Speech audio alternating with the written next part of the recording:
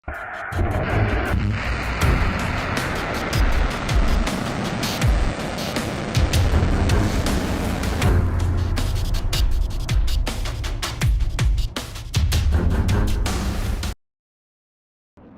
Revolusi Islam Iran merilis video detik-detik peluncuran rudal Operasi Janji Sejati 4.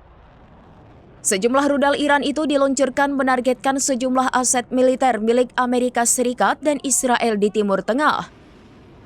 Dilansir dari Variety pada Jumat 6 Maret, lokasi dan tanggal pasti dari peluncuran rudal itu tidak dicantumkan. Garda Revolusi Islam Iran menyatakan bahwa serangan itu dilakukan untuk membalas serangan Amerika Serikat dan Israel. Menurut mereka, serangan itu merupakan gelombang ke-20 yang dilakukan Teheran dalam perang melawan Amerika Serikat dan Israel.